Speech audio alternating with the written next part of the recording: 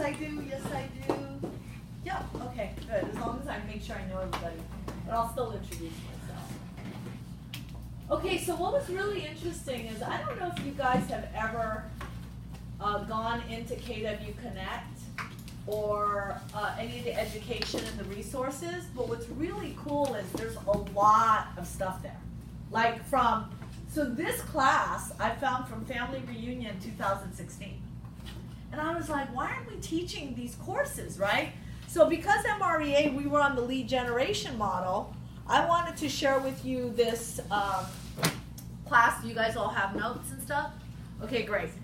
So when you guys think of farming, what do you think about? Well, when you define farming, what is it to you? Because there's like 3 different generations sitting here. So, some of you are newer to the business. So your definition of farming may be different than someone who's been in the business for 20 years, right? So when you think of farming, what is farming to you? Hi, Craig. Reaching out. Reaching out? Well, what is a farm? I mean, when you think of farming, what is a farm? You're planting seeds of something. You're planting some kind of seeds. Some kind of seeds that potentially will grow. Yeah, right, okay. So we said reaching out, I heard, seeds, what else? Farming. Why do they call it farming? New prospects. Huh? They're like new prospects. New prospects, yeah, could be. Could be like they're new prospects. Growing relationships. I like that. Growing relationships. Okay. So whenever an agent comes into the business, the first type of lead generation they tell everybody is to farm, right? One of the first things is to be a farmer. And you're like, well, I'm not a farmer. I don't even like gardening. No, I'm just kidding. But farming is one of the prospecting ways that you do it. So you said reaching, seeds, new prospects, growing relationships. So this class was done at Family Reunion 2016 by a guy. And this is Kenny in 1992. Why do you guys think there's a FedEx truck next to him? He's a FedEx driver. Yeah. He started his career as a FedEx driver.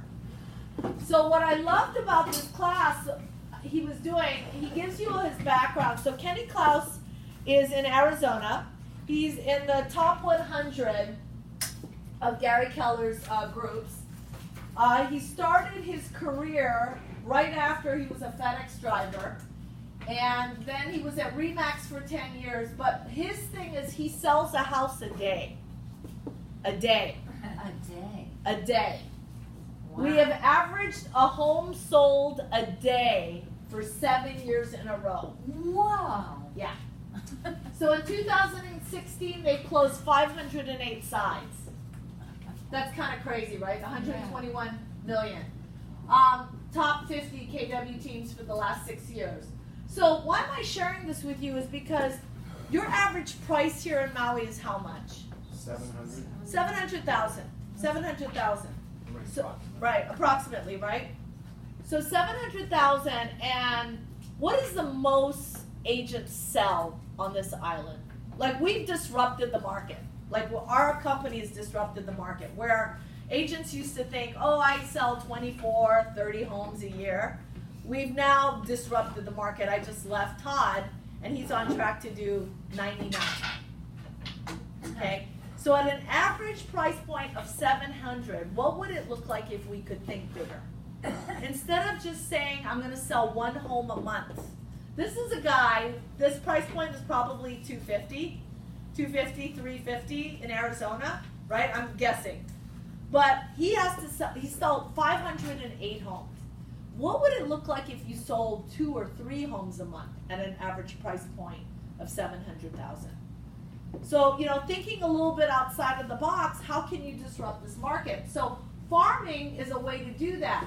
And the thing about consistent farmers and why farming people do well is because they're consistent over time in their marketing, in their communication, right? And in their connection. So here's a timeline of Kenny. and when he started. So he got licensed in 1999. In 2001, he did it. He was with Remax at the time. He did his first newsletter. That's his farm. Then he left. In 2 years, he was able to leave FedEx and be a full-time agent. In 2004, he added a moving truck, right? And he added a moving truck, and what he did was he labeled the moving truck, okay? And then he bought his own building, commercial building. Then in 2008, he got a car, which he had stickers all over. So my guess is he did a lot of foreclosures at the time, probably still does. Then he joined Keller Williams, and so see, the building here is the same. Oh, yeah. So he joined Keller Williams, and all he did was slap a Keller Williams logo. He probably has a mega agent office, and he probably has a team there. And then in 2012, he was ranked top 15 in Wall Street Journal. Okay, why does that matter? Because the one thing you will see is, what do you see a lot of right there? Kenny. A lot of kidding. Branding. A lot of branding, right? So farming, especially in an area, the reason why they call it a farm is because it's a territory that you mark, that you're going, well, this is the area where I'm going to be known as that territory, neighborhood, community specialist, okay? So what is farming? So what is the strongest type of lead you can get in your business? What is the strongest type of lead you can get in your business? Referrals. Referrals. That is the strongest business you can get, is a come list me, a come sell me a home. I saw a home at open house, can you write an offer? I love those calls, right? The best way to do business is through referrals. What is the next best? Online internet leads. Boz is agreeing because he knows that online internet leads is an actual opportunity. In this day and age, back 20 years ago, that wasn't an opportunity. But you can farm much easier now through social media and through social marketing, right? Okay, definition of a farm. Farming is the consistent, ongoing, and repetitive marketing, right, of your name, your brand. So that when your audience thinks of real estate, they think of you. How many of you in this room have a brand? Like, not just your name, but like an actual brand. Okay, 1, 2, okay, great. What does that brand represent? So when you think of FedEx, what does that brand represent, right? When you think of Coca-Cola, what does that brand represent? When you think of Nike, what does that brand represent? So if you have a brand, what is the message that the audience is seeing when they see that brand?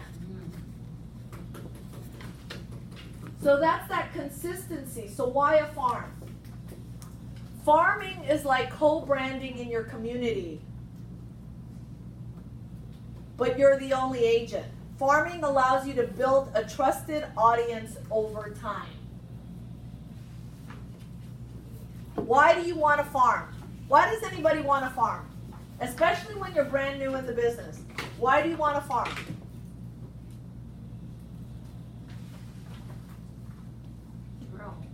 To grow a business, right? Otherwise, the only business that you might have are the people in your phone, your contacts. If you're new to the business or you weren't in an industry where you did a lot of sales call, it's a very different business in real estate. If you were in a different business where you didn't have to lead generate, this is going to be very new to you, but farming allows you to do that contact sport called door knocking or open houses or circle prospecting, right?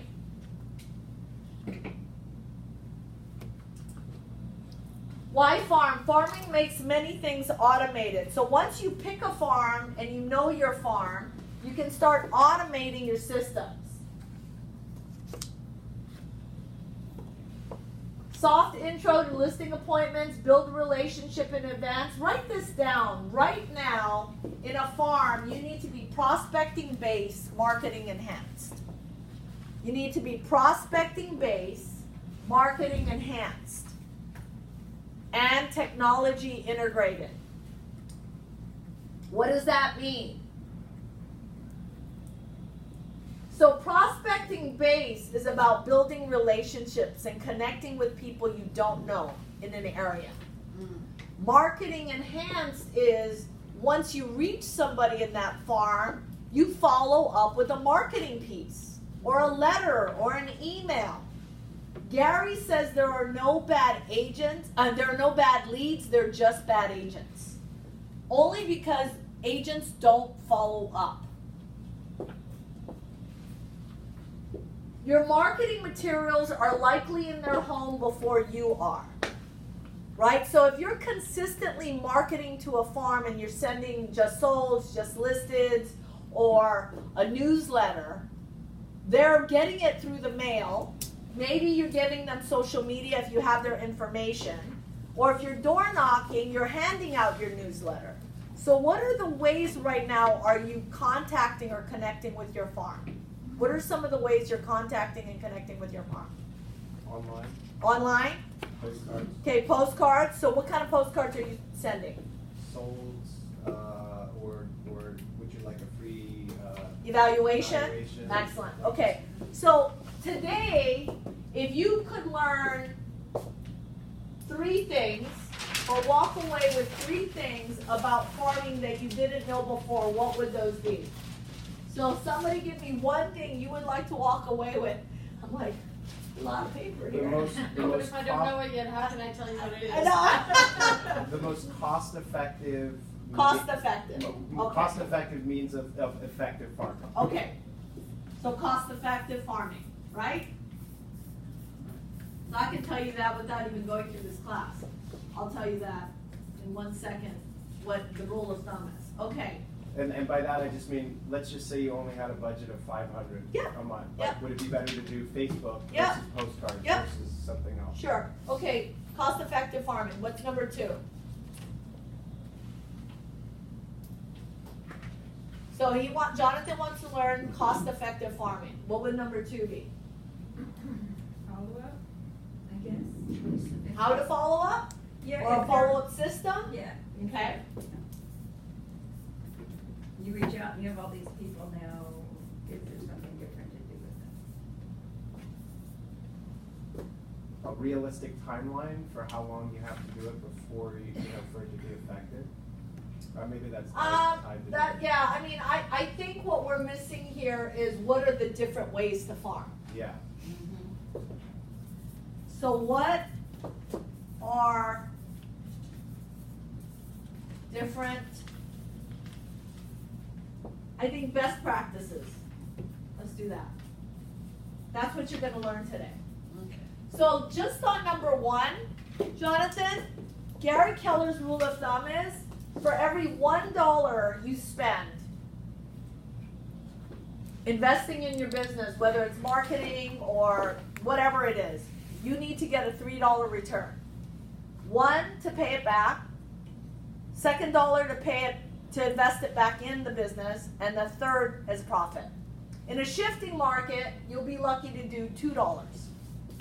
So if you only had $500 to spend, and you could do a Facebook ad for $25 through social media, and I'm going to share with you one of the ideas today, and you could get 15 or 20 leads, would that be a worthwhile investment? Yes. Probably yes. $25, 20 leads.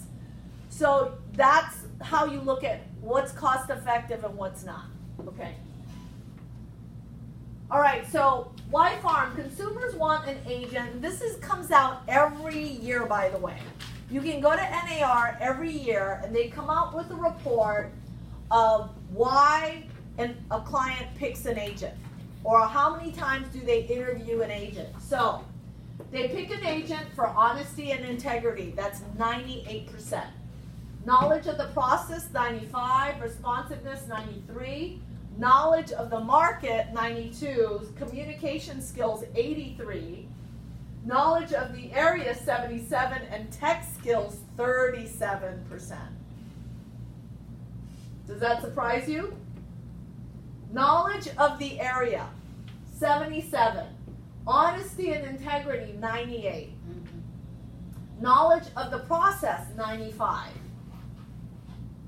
So what that says to me is when you're door knocking, contacting, connecting at an open house, that you've got to show honesty and integrity. You've got to provide them a process of what it's like to buy a home or to sell a home, right? And what I find interesting is responsiveness is 93%. So an agent in Honolulu, I had him in a panel last month, and he's only been in the business 3 years. When he started in the business, he moved here from Michigan. He graduated from college, and he didn't want to do what he graduated. He had an engineer degree. And he fell in love with Honolulu, Hawaii, so he moved. And he's like, what am I going to do? So he got his real estate license, and he was living and rooming with some friends. And he actually, in his first year, was riding around in a moped. He didn't even own a car. No one told the guy that you should not go after expireds. No one told the guy that in your first year of real estate, you don't really get listings. You get buyers. So he didn't know that because he came straight to Keller Williams, and we told him, you should go after expireds, you should farm, you should do everything you can to get a listing. And so in his first year, he did $5 million. Last year, he did $13 million. This year, he's on track to do $20 million. And one of the keys to his success was responsiveness. He says, I pick up the phone every time someone calls me or I call them. If there's an expired, I'm one of the first people to call on that expired.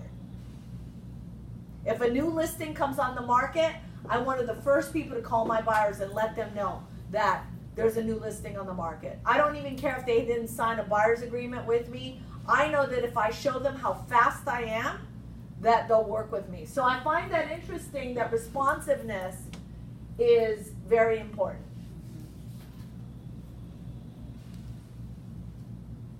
%83% of sellers said that they would use their agent again. 83%. 28% actually used an agent from a previous transaction. This is what surprises me after this one. 83% of buyers said that they would use their agent again. Look at this one. 11% actually used an agent from a previous transaction. This is a buyer. What does that say? 11% actually used an agent from a previous transaction. What does that say? No follow-up? No follow-up. So I'll give you an example. I used to farm in a condo project, and my systems were really good. My follow-up systems were really good. Like, even if you were not my client, say I was the listing agent because I had a lot of listings in a building, and I closed a deal with Joyce. Joyce is the buyer, Boz is the agent, right? So we closed the deal. Joyce has now moved into my what? My farm. She's now moved into my farm. So my farm, I still marketed my farm, it's my farm. So Boz closes the deal with Joyce. Guess what Boz does after 2 years? Doesn't even keep in touch with poor Joyce. But Joyce, every month, is still getting my farm newsletter, my information. And now because she's in my farm, legitimately, I can call her. I don't care that she worked with Boz. Boz hasn't talked to her in 2 years.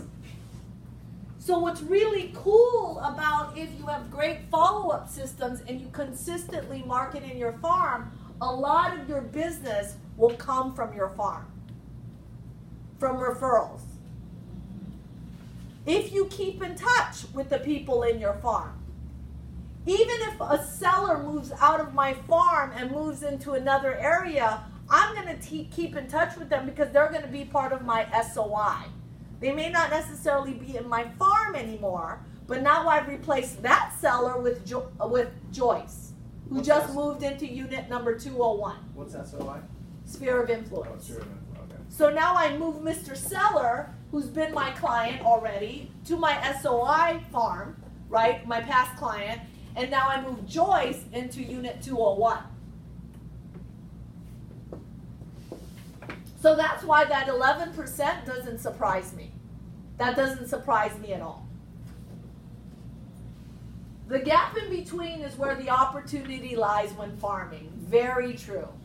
So what do you do when you close the unit in your farm? Or a house in your farm? What's the first thing you should do? You close. What? Send out a flyer or a postcard, you know. I Send just a closed postcard. on this. Yeah. Can I be of service to you? Put it on Facebook. Mhm. Do a testimonial with one of your clients that you just closed. I don't care if you represented the buyer or the seller. Do a testimonial. How many of you are doing Yelp reviews? Have your clients do a Yelp review on you. Start a page.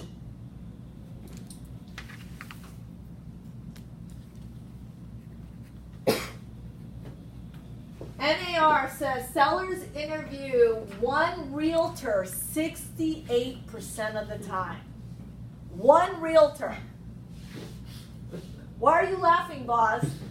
I mean, that makes me think, like, if you just are willing to show up. Yeah, right? So you know what I say about Hawaii? I say if you're a little bit better, you're a lot better than everybody else. Like if you just offer a little bit more, you're so much better than the average. So you just gotta be that agent who is there first and offers a little bit more and be over the top, right? Sellers interview 2 realtors are 17% of the time. So if you're not in number 1 in someone's mind, forget it. So you're looking to be number 1 and number 2 of mind. Top of mind when it comes to your farm, right? So when they see you, they're like, oh, it's Kamai, it's Cherish. Oh my God, I remember them, right? So how you know your marketing is starting to work is when they recognize your marketing before they see you, right? So they get it in the mail and they're, oh, there's Jonathan goes again. He just closed another transaction. But the follow-up is not just the mail, it's actually going around in the neighborhood, right? And door knocking or contacting or connecting. So when I say the word prospecting, oh goodness, when I say prospecting, how does that make you guys feel? Prospecting.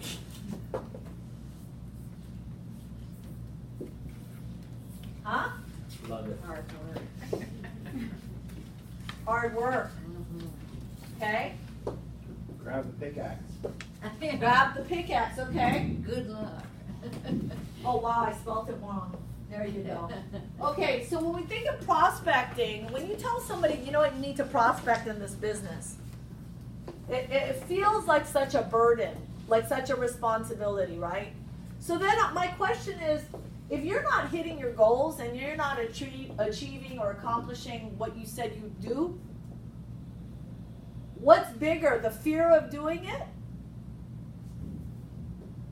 or the reward of actually getting it? So everyone is moved by fear, reward or pain. I'm reward based. Dangle something I'm gonna get, I'll make it happen. But if you're fear based, which a lot of us are too, where, oh my gosh, you know, there was a time all of us, raise your hand if you've ever had no money, right? So once you've experienced that bottom, the fear of ever having to go there again will drive you to do better, right? So when I think of prospecting, I think it's really a mindset thing.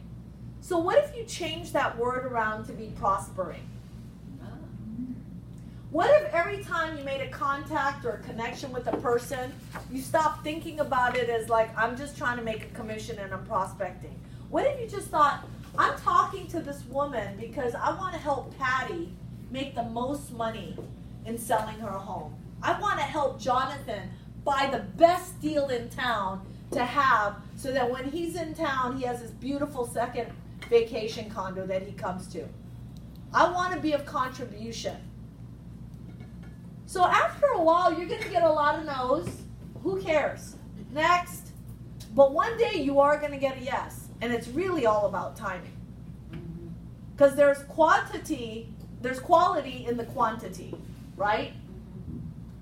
So change the way you look at things, and the things you look at change. Brand recognition is key and top of mind.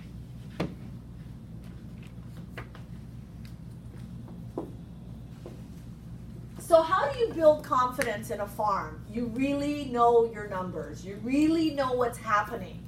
You really know everything from the new restaurant that opened in the nearby area to the school rankings to how many units closed, how long a property is sitting on the market. You have a vested interest in your community. Most successful agents that farm, they are in their farm. They either live their farm or they're in their farm every day. What do you have to do when you have a garden for it to grow? Water it. You have to water it. So how do you vest yourself in your community and water it? What are the things you can do to contribute to that community, right? We have a thing called Red Day. It's a charity, it's a red day, we give back to the community, give where we live. What if in your farm you did whatever it is, a food bank where you collected food for the homeless? We were talking about an idea recently in California about, which I didn't realize this, which is sad, that a lot of kids in these schools here in Maui and the Big Island, they don't have enough money for their lunch. So what if in your community there's a school that every deal that you made, you gave 5% to that school and sponsored that school? What would that do for you in your farm? It would make you known. People would want to help you because you're helping them.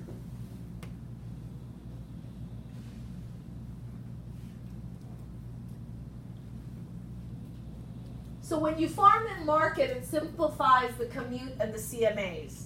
So the CMAs is called comparable market analysis, right? And Jonathan was saying send postcards, send out just sold, send out CMAs. How many have you have done that where you've either gone door knocking or you've done social media or you've cold called and offered no obligation CMAs? Has anyone ever done that? Okay. Has it worked? Not out here. Okay. Why hasn't it worked? I don't know why it didn't, but I changed it up and now I'm offering a prize, like a takeaway. Okay. So that, and see if that might, so that they have something that they may receive besides the CMA, not all of them, but they can enter. So yeah, Jonathan. I actually haven't. I've done solds. I've still put postcards for solds, but I haven't done the other. I get postcards. The reason I say that is in my neighborhood, I actually get them from other realtors. Yeah. And some of them, I'm like, I gotta start doing this. Yeah. Because to me, it just catches you. Like they're different. Yeah. They're seasonal. Yeah. But if somebody said it wasn't working and why wasn't it working, I would say I just feel like we are in an age where you need to have two tiers of something. Like a postcard might be good, but then a call or something. Well, didn't I say prospecting-based marketing enhance? Yeah, exactly. That's what I just said. Yeah. You have to be prospecting-based, meaning you have to go door to door or at your open houses, and then you send marketing. Because until you have the kind of business where everyone knows you, you need to be prospecting-based. The only time you get to be marketing-based and prospecting enhanced is when you have so many leads and you're closing 99 units a year. Because at that point, you can't catch up with all the leads. So you have to do more marketing. And then you just follow up with the real buyers and the real sellers, right? Colette? Yes. I just did a circle prospecting. Yeah. My question was, I can get the phone numbers for these folks, and I wondered if it's a good idea to just call up and say. You can? Yeah. Yeah. Sure, if they're not on the do not call list. Yeah. Look, everybody, cold calling and warm calling still works. Somebody's making a living. So it's happening. So that you don't want to get on the call or you don't want to get on the door, that's on you. But somebody is making a deal in this market. And I always say on a phone call, because that's what I did, I was a big cold caller. That's how I got all my business, is someone's going to make a sale. It's either them selling you on they're not going to work with you, or it's you selling them on why they should. Someone's going to make a deal on that call, right? And it's a game. After a while, it gets to be a game. So it's all about how do you simplify, how do you offer a CMA. And I mean, Joyce, I've had no's before. You know, I at no obligation offer you CMA, and they'd be like, you know what, I'm really not interested. I go, so you're really not interested in knowing what kind of equity you have in your house right now? And they'd be like, well, kind of. I mean, I'd like to know. I go, look, it's no obligation. And I can be in and out in 30 minutes. And they're like, you're not going to try to, and I'd be like, yeah, I'm serious. I can be in and out. And my goal was not to sell their property. What was my goal, everybody? To get the appointment. That's the only goal I had. Because even if they didn't want to buy or sell through me, that they let me in their house or their condo, that was the first step to connection. And all I did was put them in my farm. Once I actually saw them, met them. So I would do, it was crazy. I would literally have to call 100 people a day. Out of 100, I'd really get a hold of 30. And out of the 30, maybe 3 people would give me their information and then allow me to come to their house. But if I did 3 of those a week, that's 15 appointments, right? Actual face-to-face. 3, 6, 9, 15. And out of the 15, I would literally get a listing or a buy deal. So it works. That's 4 transactions a month. So it really does work. What are you saying? What are you saying of value? How are you piquing their curiosity? What questions are you asking that are different? Right? What is your knowledge? So right now we have a great opportunity.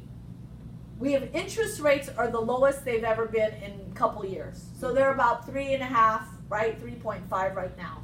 Once we go into election year, that's going to change. So if you have any buyers out there looking right now, you need to create a sense of urgency. And how you do that is you let them know for every 1% the interest rate goes up, they lose 10% of their purchasing power. For every 1% interest rates go up, they're going to lose 10% of the purchasing power. If it goes up 0.5%, they're going to lose 0.5 of their purchasing power, right? So if I'm looking at $1 million home at 3.5% and that thing goes up to 4, that $1 million home just went down to 9. Because I have fixing up to do, right? That's good to push the buyers. Yeah, that's an urgency. That's creating urgency. Sellers too. Yeah. So circle prospecting is different as a farmer. Instead of introducing yourself on each call, you're continuing to tie the conversation. So right now, that offer of value we're talking about, Joyce, you were saying, you know, they're not really buying into the free evaluation, so I got to bring them something of value. Here's something of value. What would it look like if you went to every door or every contact and said, are you interested in buying, selling, investing, or refinancing? And why am I saying refinancing? How many of you know about Keller Mortgage? 1. Okay. I just did a deal on Maui. It closed last week. And it was a buy me call, so I got a referral from the mainland, and it was a friend who said, my best friend just went to an open house, and he wants to write an offer on a house, but he doesn't want to use that agent, and he doesn't know anybody, so I gave him your number. I said, okay, great. So I called the guy. I said, I'm going to refer you to an agent, and I want you to use Keller Mortgage. So I told the agent, you've never used Keller Mortgage. I want him to use Keller Mortgage. And she goes, oh, tell me about Keller Mortgage. I've been hearing about it, but I haven't used it. I go, 0 cost. 0 cost. And $1,000 to a third-party vendor. So how many of you know about that? Okay, I'm going to play the video just really quick so you guys know. But I had to use it myself because I needed to be able to speak from evidence. Oh man, I hate the way this goes. Hate, strong word. I didn't mean hate. Tell my daughter that all the time. Don't say hate. It's a very strong word. Dislike. Oh, the circle of life. lucky you're in this room, Boz. Does anybody know the login for this password, password for this? Boz, why is it doing this? Oh, whoa. Oh, there we go. There we go. Can you get rid of that thing in the bottom corner? Just click on the X. Hold on. Okay. Oh, yeah. In case we. Does anybody know the password for this Wi-Fi? It's KW, it's on your podium on the upper right now? Oh, it's, KW, K capital K, wireless, KW wireless, exclamation point. Thank you. You're welcome. So, okay, this is not the commercial, but, so I just want you to see this. 0 origination fee, 0 lender fee. You get $1,000 at closing, okay? Plus a low rate. So I told this person I need Scott to use Keller Mortgage. And so I called Scott and I said, hey Scott, how would you like it if I saved you thousands of dollars on loan fees and got you a competitive rate? He goes, yeah. I said, okay, great. So I need you to do what I say. So long story short, the reason why I'm sharing this with you is if you go around saying, are you interested in buying, selling, investing, or refining, even if that person says, oh, I'm refining, but I'm not looking to buy or sell, why would I give them Keller Mortgage's information? To get their information. Well, Be their hero. Be their hero. They're probably looking at First Hawaiian Bank or Bank of Hawaii right now to do a refi. Mm-hmm. And now I just saved them $7,000 or $5,000.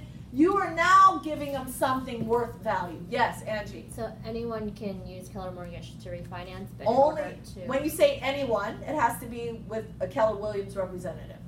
Okay. So even if it's a refi and they're not looking to buy or sell, it has to come through a referral of a Keller Williams agent. So what I would do in that case is give them my digital business card, which is your consumer app. The mortgage is on there. Now they're tied to you. The whole point why Gary Keller created these ancillary businesses is to make the consumer sticky to you. Meaning,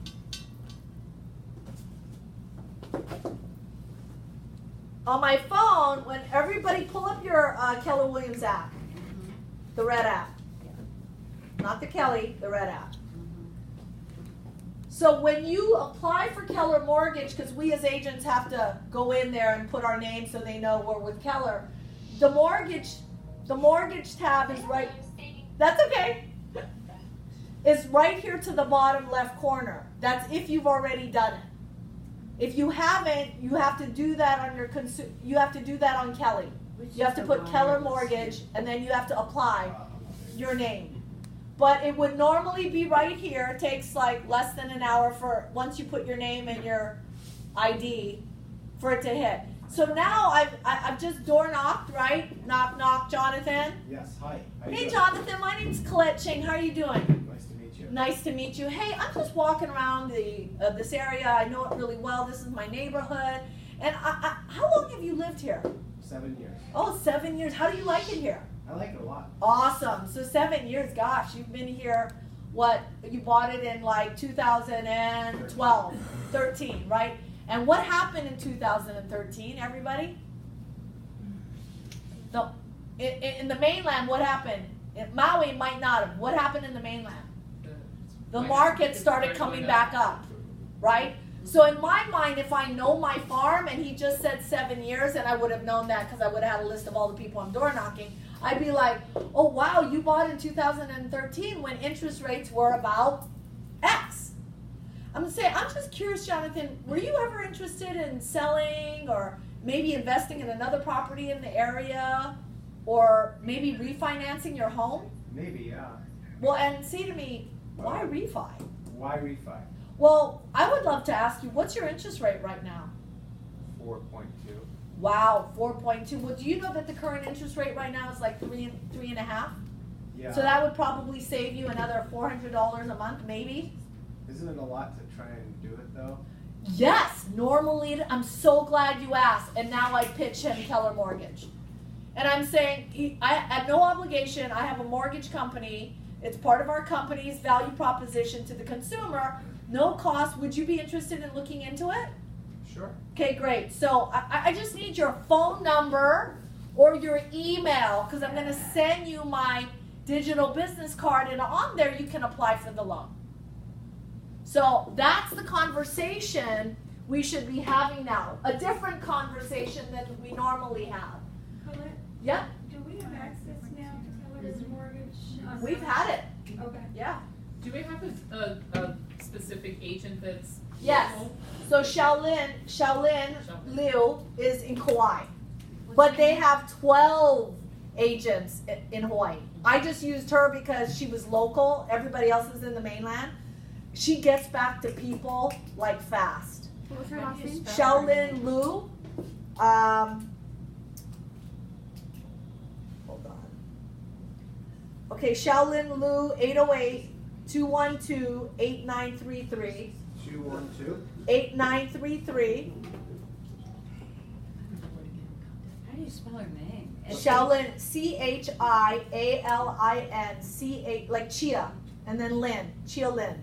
I don't know why I say Xiao like it's Chinese. Chia, I have no idea. L-I-N. Yeah, Chia Lin, Chialin, and then next name is Lu, Liu. And then is that her Liu. email or? That's her, no, that's her cell. I mean her cell, and then her email is her name dot lu@kw.com. Is that Lu, like L-I-U? Yep, Liu. What is this? What's that? So as you're doing the circle prospecting, using that buy, sell, or invest, and refi will completely throw them off. Like they're not expecting that. Even in your open houses, if I were sitting in open house now, I would like have all the Keller Mortgage documents up and say, hey, if you're looking to refi and you live in the area, or you're looking to invest, we have a great buyers program. And again, they have to literally work with a Keller Williams agent. So what I love about this story is he goes and he applies, he puts $200,000 down, we get loan approval, and he says, I'm gonna just go to my bank. Just give, because they have all my money. I feel like I owe it to them. Okay. I love this. I feel like I owe it to them to give them a chance to compete. So they go to his banker, and the banker, he says to his banker, hey, I'm buying a house in Maui and putting $200,000 down. I'm getting an $800,000 loan. It was like $1.1 million. I'm getting a $900,000 loan, and I'm not getting charged any points. And my rate is 3.6 or 3.57 or something like that. And they look at him and they go, and you want us to do what? And then he goes, can you beat it? Can you? He's like, you know what? We can. And then and he was like, oh, you can? He goes, we can do it for 3.5 at 1.5 points. And he goes, I just told you, I'm not being charged any points. And they're like, oh no, we can give you the 3.5 though. So what does he do? He calls Miss Lu and goes, First Hawaiian's willing to give me 3.5. She goes, we'll give you 3.5. Done. Now he's like, I saved like $10,000. So that's a great conversation in your circle prospecting you can have it. So these are the other ways, right? We circle prospect. Just listed, just sold, just bought. Those are the standard ways, right? And then you've got the conversational script, FSBOs, expireds. Did you get my newsletter? So these are all things you can do in a farm. Because if you have a farm, I don't know how many lists have the actual phone numbers. But if you don't, you're either only going to have to door knock that farm or sit in an open house in that farm.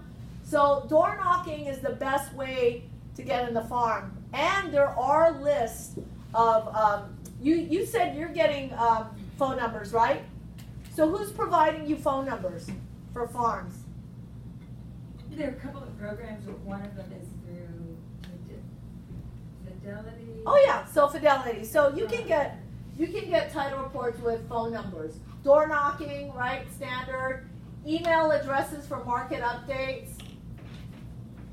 So a real farmer invests in 4 things to get a consistent return. So we're talking about that consistent return Jonathan, cost-effective farming? The first one is time. When you have no money, the time is free for you. You're trading time for money. Okay? So it's consistency in the farming of that place every time. So some of the biggest door knockers I know, they love door knocking like I couldn't stand it. I'd rather cold call. But they loved it. They acted like they were just going around their neighborhood and saying hi to people. And that's why they started, you know, it took about, timing-wise, I think it took them about 8 months before their first listing. And now some of these agents that I know, they own their farm. Like, they're number one in their farm. Because even till this day, even though they're marketing based, they still roam around the farm because they're like the mayor. Hey, how you doing? You know, everyone knows them. Money. What kind of money are they investing? But they're investing money, probably in branding. There are going to be some good ideas coming up we're going to share with you. 3, they work the farm. 4, they have knowledge of the farm. Like real farming, you have to wait for the seeds to germinate. Rewards aren't immediate. So right there, 6 months to a year. Right? Okay. Choosing a farm. So why did anyone choose the farm you guys chose? When you think about your farm, yep. Because I live there. You live there. Great. How many homes in your farm? In my immediate 24, and Okay. then another couple hundred outside of that Okay. immediate circle. So what might be really good for you when you pick your farm is look in the past 2 years how many properties have turned over.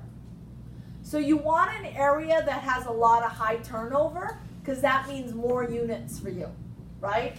So take into account in 2 years, what's the turnover? Look at the number of homes. Is it enough? Will it sustain you in your life as an agent, as a career? That's something to really think about. I mean, my first big condo building had like, I think it had like 600 units. You know, and I had smaller buildings, but I knew it was a quantity game, right? I had to like turn over a bunch of units to be consistent as a top producer. Live and work or near the farm, that's important because you really have to know the farm. Is there a dominant agent? Who's the dominant agent in your farm, if not you? Take into account who are the 3 top agents in your farm and what are they delivering? What's their service? What's their value proposition? Choose a farm based on numbers, not heart. And why we say that is if you have a small farm, you're only going to squeeze so many turnover in that farm. Right? But if you have a bigger farm, so I started in one zip code, then I went into another zip code, and then I was able to add another zip code. But in my one zip code, I had like 5,000 units. So that was a lot. So it was a real numbers game. And once I learned every building on every street in that area, then I could move to the next zip code. So do you know everything that's happening in your farm? Are you in the know? Budget for at least one marketing piece a month. And commit to a year. So that's 12 pieces. And you can do simultaneously postcards and you can do e-flyer if you have their emails. So here's some great ideas and concepts. This is why you came here. I love this. Community garage sales, estate sales, right? Yard sales, monthly newsletters, Halloween parade or golf course, pass out pumpkins. The lollies in Honolulu, they do a thing where they give you a pumpkin pie or a pumpkin, but you have to come to their office to pick it up. So it's a great strategy, right? So they hand it out, everyone gets one, they have to come to pick it up, right? I see people do 4th of July flags, right? I see people go to farmers markets in the area of their neighborhood. Christmas fundraiser, movie at a golf course. What about movie at a theater? Do a client event once a year. It's very inexpensive to rent out a theater on an off day, like a matinee. He donated 30,000 bottles of water with his brand on it, of course. Jag Rags Water Watcher tags. I like this because we're in Hawaii. So this was a really interesting thing. Look at that. I like that idea.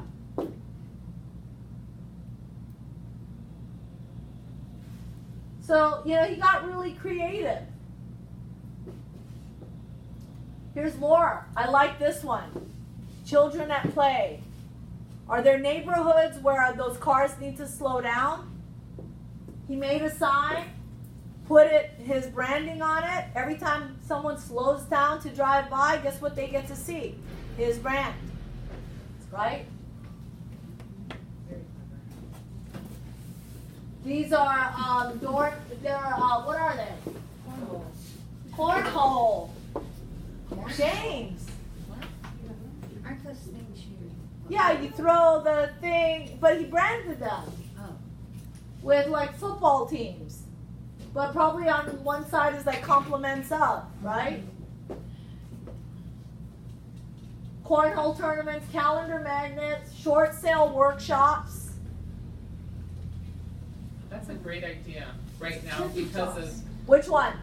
well, there's an area going towards my house and it's a huge 49er, like, they all go there every Sunday. There you so go. I'm gonna bring, and they always shock on my husband because he's Uh-huh. 49. So Okay. I'm gonna like bring him a big old thing with all my, Yeah. I'm gonna tag it with something. Yeah. But, you know, taking advantage of something seasonal or something that you Yes. already see going on. Exactly. Yeah. And just saying, aloha, hey, see you guys having a great time. Like, here's like a Yeah. whole bunch of Here's the 24 neighborhood packs person. Yes, of exactly. whatever. Tailgate party. Yeah, it's like, because they tell, you know, they take a Yeah. tailgate at their house, but just like having that available to just pop Yeah, and if it's Yeah. football season, what would it look like if you went and door knocked every house during football season and gave them, you know, here, you get to choose. Which one do you want? And then it's like, you know, and then it's cool because you connect with them on a different level, That's a good right?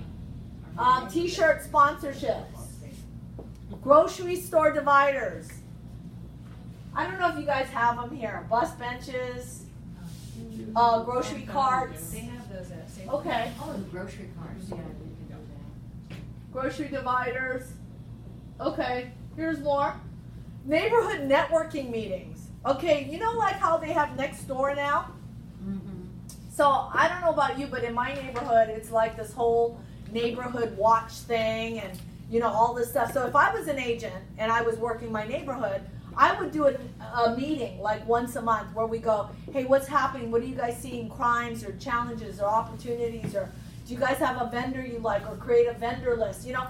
But then what you do as an agent is, the hardest thing for people to find are vendors, contractors, plumbers, you know, electricians, landscapers, stagers, painters, any of that. So what if you did where you did a networking meeting and you said, everybody give a name of a vendor you really like that you've used, babysitters for new families that move into the neighborhood. Whatever that is, create a once a month or once a quarter maybe neighborhood networking meeting. And then do a real estate report for them. As an agent, do a real estate update report with what's happening in their area. So that's something, okay? Shredding event. You know, you get those big shredders and you do a shredding event in your neighborhood, in the farm, something like that. That's not expensive either. Adopt a highway, collection campaigns, water bottles for the homeless. Again, think of a charity, a cause that you really believe in, and that you can go and door knock the neighborhood for that cause. Teddy bears, food drive, Christmas toy drive. What are we coming up to? Christmas. If those kids can't afford lunches, they probably don't even have gifts. So what if you did a yearly Christmas toy drive in your neighborhood? And if you do it online, what if you said, drop it off by my office, or, you know, whatever, if you're really known in that area. So they were doing so well that they created their own 501c. So they have their own 501c that they give, every deal goes towards charity. So that's pretty cool. I like this idea, grocery bag. I also like the moving boxes idea of putting your brand and label on moving boxes, and every time you close a deal, deliver a couple days before closing moving boxes to your clients. Have you ever done that? I didn't do it, but I know It's a people great who have. idea. I know people who have, and it's Yeah. real. I mean, all you see is these boxes on moving day with all their labels. Yeah. It's really a great idea. I have a question Yes. about 501c, because we have closings in Little Hall where we give back every transaction to one of 6 charities. Do Yeah. we have to create that No, 501c? no, you don't. To save everything? They just wanted to. Okay. Focus Open Home. So this is a number, a sign writer with a community site. I like that idea. So they created a community website where they update it with different information for that community. So every open house they have, you want a community connection. I think that's a brilliant idea. Like, you know, Joyce, for you it's HANA, right? So what if it was like the HANA connection or the, you know, the information? But these are great ideas if you're not executing them now. And then they have the turkey bowl, the turkey toss. This is like for moving or cleaning. So farming is all about consistency, doing things over time. So what would it look like, you guys, if you guys sat with yourselves in the next month and planned your entire touch program for 2020? To your SOIs, to your farms, right? What would that look like if it was consistent? What would it look like is every month or every week, once a week, you did a best buy list? For your social farm, because you have 2 types of farm. Well, you actually have 3. You have demographic, geographic, and social. So right now you have 3 different farms. A demographic farm is what? What is a demographic farm? Demographic. All doctors and. Yeah, it's a type. It's a profession. Right? Teachers, doctors, nurses. You know? I mean, if you looked at your business and you looked at your deals, where are a lot of your referrals coming from? Like I was sitting with Randy the other day and he said 30% of his business is agent referrals. That's why he travels so much. He does a lot of networking at Keller Williams. So that is the demographic farm. So he has a demographic farm. Okay? What's a geographic farm? A location, an area, zip code, a territory, a community, right? On a map. And then your social farm, that's social media. Your friends. So this is what he's done over time to show you his consistency in his newsletters. So he started it in 99 and he's done it all the way, right? And what are these numbers here? Number of people he's sending it to. That's his farm. That's his farm. He started 1,700 newsletters. Then it went to 5,000. Then it went to 8,000. Then it went to, that's why they're selling a home a day. Because they are known in that farm. They own that farm. And if you know Arizona, they're big communities, right? Big communities. Yeah. So here's just some other examples of what he did when he was with RE/MAX and then with KW. All the ideas, community connection, current events, business news, real estate, area business ads, free classifieds. I bet you at some point he started having vendors sponsor. You know, neighborhood restaurants or stores or whatever. Here's his newsletter, right? Volunteering, that's an article. This month at the View, the ranch. So it's probably like a golf course community. And then this is very popular, right? The market snapshot. And now what's really cool is we can do it from our phones.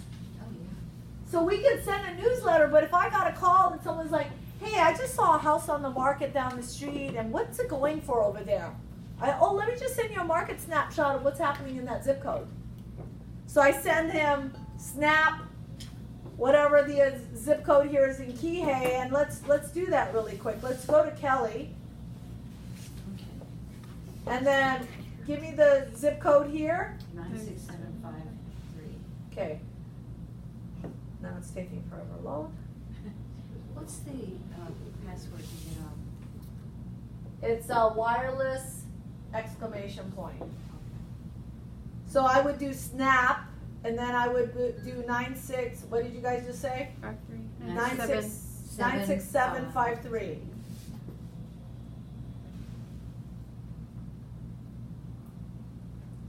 Okay, it's being slow for me. But if you do that, somebody's going to show how many. Boz, is yours working right now? Snap 96753. It isn't because I don't have my own app. Oh, okay. Do you? Yeah. You have it? Yeah. How many listings? What's happening? It shows 306 active and average days on market 18. Average days on market. That means they're selling. What's selling? What area? That's that zip code? Yeah, that's all key. What price point? Well, average list price, probably because it goes down into Wailea, is $1.3 million. Okay. So that's hot right now. 18 days on market. Yeah. So if I got a call from somebody vacationing here and they had my consumer app from the last time they were visiting, and they're like, hey, we're in Kihei and we're really thinking we want to buy here. What's the comps in this area? Boom. I can just send them that. Whereas before, I'd have to go to the MLS, look it up, and then print it, and then send it, and then fax it, email, scan, whatever. So this is, again, their newsletter, keeping your fitness goals, get pre-approved. See, I would do, so an agent in Gene Autry in Lake Travis did an ad on Facebook. He paid $25. And he did the Keller Mortgage, and it said, skip fees, competitive rates. And it said, call me if you're interested in buying, investing, or refinancing. He got I think 30 leads. And out of the 30 leads, he got 3 actual buyers and 1 listing. So, does it work? Yeah. And it was social media, and he just posted it on Facebook, and he paid for the $25. And if you go to YouTube, you can see the ad he did. It was like a 30-second ad. So let's see if I can find it. And who is that? Gene. I might be saying his last name wrong. It's Gene. Hold on, let me just pull it up. Ah. But you can get really creative now with farming. And you can send a message in 21 seconds and get a lead. And so,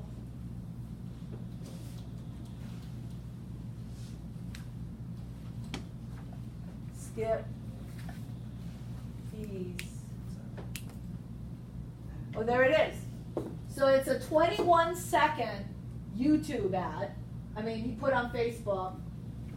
And Ginaran. He got 1.5 views. What?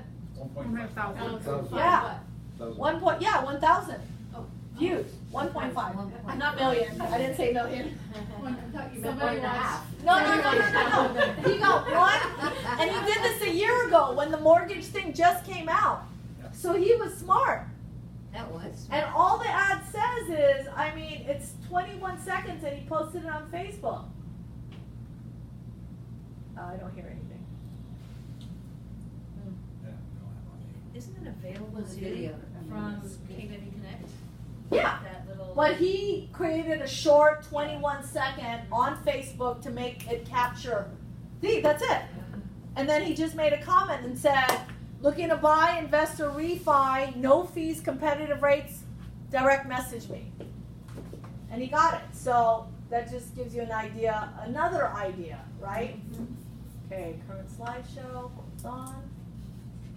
Okay. All right. So newsletter, consistent front and back. He put school info in it. He put free classifieds, community info, fireworks, fun events, fundraisers, So could you do that in your farm? Sure you could. Recent sales and listings. Social media integration. So we should have given you, yeah, there should have been a pass out about how to do some social media posting. Oh, Yeah, so it's a one pager. oh, one page. And Here it is. so it says like your community versus like us. So at some point, once you're really known in your farm, create a community page. What would be really cool is if you could do a private group, right? Where people can talk or ask opinions or, hey, do you have a referral for a babysitter? You know, so create like a next door, but in your community for real estate. That's a great idea. So here's the one pager you have. Just take a look at that, look it over. It's a really easy how to organically lead generate through social media. Testimonials are super important. That's why I said either do a testimonial through video or get a Yelp or a written testimonial so that when you go to interviews, you can present that on your website.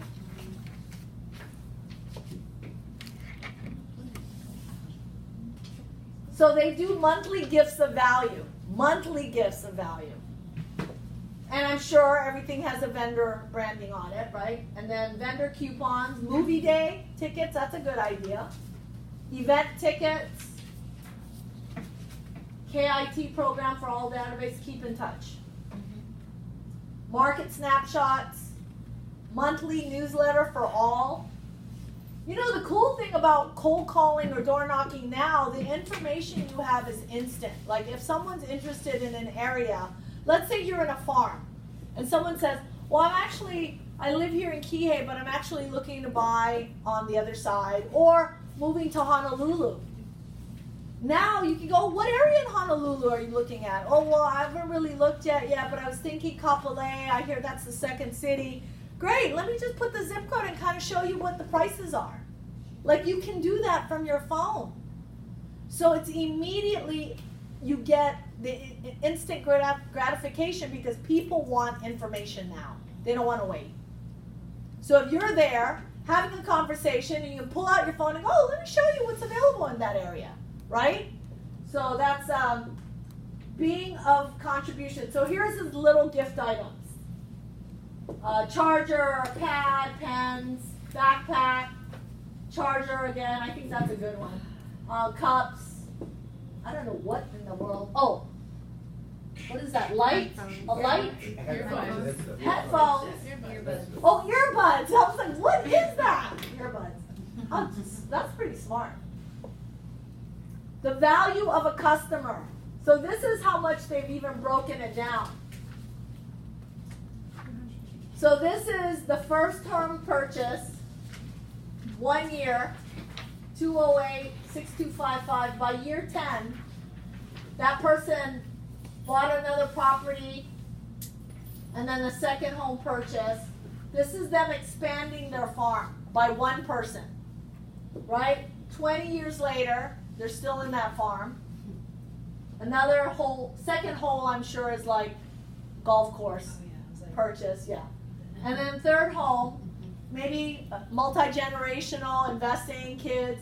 So one client, $56,000. That's them giving value to the client year after year after year, getting referrals, right? So he's dividing 56,895 divided by 20, that's 2,844. 4 calls a year. Each call is $711. They've got it down to that. That's how much they know. Their conversion. 2 really good books they recommend: The Membership Economy, The Automatic Customer. The Membership Economy and The Automatic Customer. And I was also, I don't know if you've read it, but I would also add Raving Fans.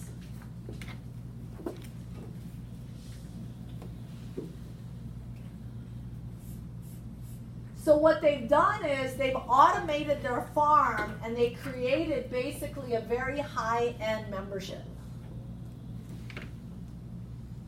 So every time they send out a piece, they give an item of value, people automatically call them to sell them a home or to list their home. Did you say raving fans? Uh-huh, Okay. raving fans. Okay, so that was it, Farm to Fortune. Any questions on that? Questions on farming to fortune? Did you learn something new today? Yes. Yeah. So what is the one thing that you learned that you're going to implement that you didn't have before you walked in this door today? That you were like, ah, that's a great idea. That's my aha. I've got to do that. Everything. I'm Serious. I'm So sure. much. There's so Right. much. Right. But you No, got to actually, I've focus got on one one thing that you'll actually, okay, go. The one thing is, I wrote down big, is I'm gonna create my 2020 marketing, my annual. Like I'm Yeah. gonna do my 12 months, like now. Yeah. I'm gonna do it for Yeah. 2020. And I make didn't it do a- that for 2019. Yeah, I was make just that always trying to catch systematic, up. right? Because so what we're doing is we're going from E to P. We're going from being very entrepreneurial to very purposeful. So you sitting down and planning out your calendar for 2020 and your marketing and your touches, that's very purposeful and strategic, right? Okay, great. Joyce. It's the Yelp. I keep pushing it off, and my girlfriend said she expanded hers tremendously. 25% of her 17 million came from Yelp. And she's in real estate. Yes. Exactly. In another state, but everyone uses Yelp. Yeah, great. Boss, did you have your hand up? Yeah, I was gonna Yeah. say the same exact thing about planning 2020 for Yeah. sphere of influence and just making sure that it's in my CRM, Yeah. dated, ready to go. And then the other thing would be the people that list or buy, and the percentage of 28% and 11% is something I learned, is how often they reuse agents. Yep.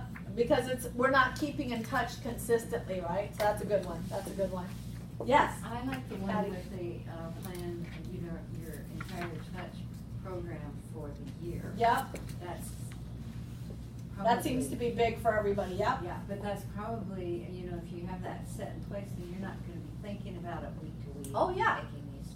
Because we're very naturally entrepreneurial, so Yeah. we just, I'll wake up in January and it's just going to happen. Yeah. Right? No, it's not It's just not. going to happen.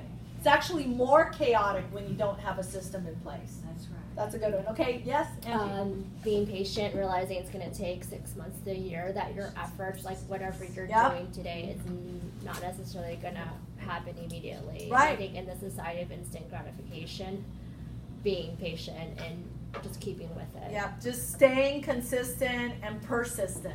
Amy? I kind of have a question. It's Yeah. kind of a speed bump for me getting to there, is that when you're part of a team and you're not the decision maker for marketing on the team, how does that change, or does that change anything in this approach? Well, you just ask the team. You just say to the rainmaker, hey, I have an idea. We're marketing through social media. We're doing this, but I found another idea I'd love to add. That's it. He's the rainmaker on his team. Yeah. So these are all his ideas, right? But that's why you have a team. Because if you're just one person, you have one idea. If you have 6 people, I don't know what team you're on, or if you guys mastermind or sit there and go, hey, what are some great ideas for us to get our brand out? Yep. I was gonna suggest too, because I'm in a team now too, is that, suggest the idea of doing a mastermind, maybe once a month for marketing. Sure. Until we get something. Sure. moving. Maybe mastermind the plan for 2020. Yeah. And then Yeah. we could put it behind, it wouldn't be something that would take a lot of time from the rainmaker. Yeah. Weekly team meetings, you have those in place. Yeah. I mean, if you're by yourself or you're with a partner or you have a team, everyone should be planning their next year. You plan your goals, but you got to plan the systems that's going to get you to your goals. So, you go backwards. Okay, I want to make $100,000. How many units do I have to sell to make $100,000? Then how many times do I have to touch people and stay connected to convert them to make that deal a month, 2 deals a month to get to that, right? Okay. Anyone else? Something they learn, they're gonna implement? The little part about just even offering a CMA, oh, you don't wanna know your equity? Yeah. Just, I mean, Yeah. it's right timing for that. Yeah, just, maybe. yeah, I mean, if you're not interested, it's okay, but are you looking to buy or invest or refi? I've lots of things going on. I could recommend somebody that wouldn't charge you any points, and they'll be like, what's the catch? That's what this guy said when I gave it to him. He's like, what's the catch? I'm like, there's no catch. I'm trying to save you money. He's like, okay. And it was like, he thought there was a catch, and when I had him talk and he saw, he's like, wow, I couldn't believe there were no points. So a lot of our own agents are doing it for their own properties. They're refining. So it's a great opportunity for us if we own homes and we're paying 5%, 4.5%. Call your SOI. Call everybody on your phone right now. I don't care if they're here or in the mainland. Just say, hey, I've been hearing about this opportunity. And then once you help them, say, okay, so I just did something for you. Do you know anybody interested in buying or selling in Maui? You know, but that's what it is right now. You got to be in touch. Bring value. So that's an item. Yeah, Robert. I put one of those ads up, Keller Mortgage Yeah. ads, and I didn't pay for it. I just posted it on my Oh, you didn't Facebook pay page. for it? No, I just pasted it on my Facebook page, and I was actually using it to show, posting it on our internal page, showing how to do Sure. it, right? And I thought, well, as long as I got it done, I might as well copy it over. I got a notification the other day that somebody actually started their loan process. So it came from Keller Mortgage. See? And that was a free ad. That didn't cost anything. But do you have their information? Yeah, well, Okay, yeah, they sent me see? a notice. So they start the process. That's all you need. And once they start the process and it's real, what I would do is once they close, say, hey, I know you didn't buy through me or you refied or whatever. I just want a testimonial how well it worked for you. Then post that on your Facebook page, right? Great. Any other questions? Any other ahas? Yeah, Joyce. Is there one thing, like if someone says, well, why is there no catch? Is there like a 1 or 2 liner, like why there's no points? I mean, no. We're just offering, It's just a service. it's a for- service that if you use a Keller Williams agent, it's part of our consumer value package. There you go. Yes. I'd just like to say I did start farming in March. Uh-huh. Consistently, I've done 7 postcards to my 3 farms. Okay. I've got 1 listed for December, and I've got 3 CMAs done so far. Awesome. It all takes time though. March, right? That's 7-8 months. Right. That's about right. That's about right. Yeah, I remember my first farming. I was farming all of this area, and then my first listing was the hardest. It was a co-op. I'm like, I've never done a co-op. Seriously? My first listing? But once I learned how to do it, I was like, okay, once I learned how to do it, that whole building was like, we can never get agents to do this co-op. Then I started listing all the co-ops, and then we converted them to condos. So like, you know what? Sometimes you get what you get. Just take it and run with it, right? Okay, everybody, thank you so much. I hope that was helpful. Thank you. You're welcome.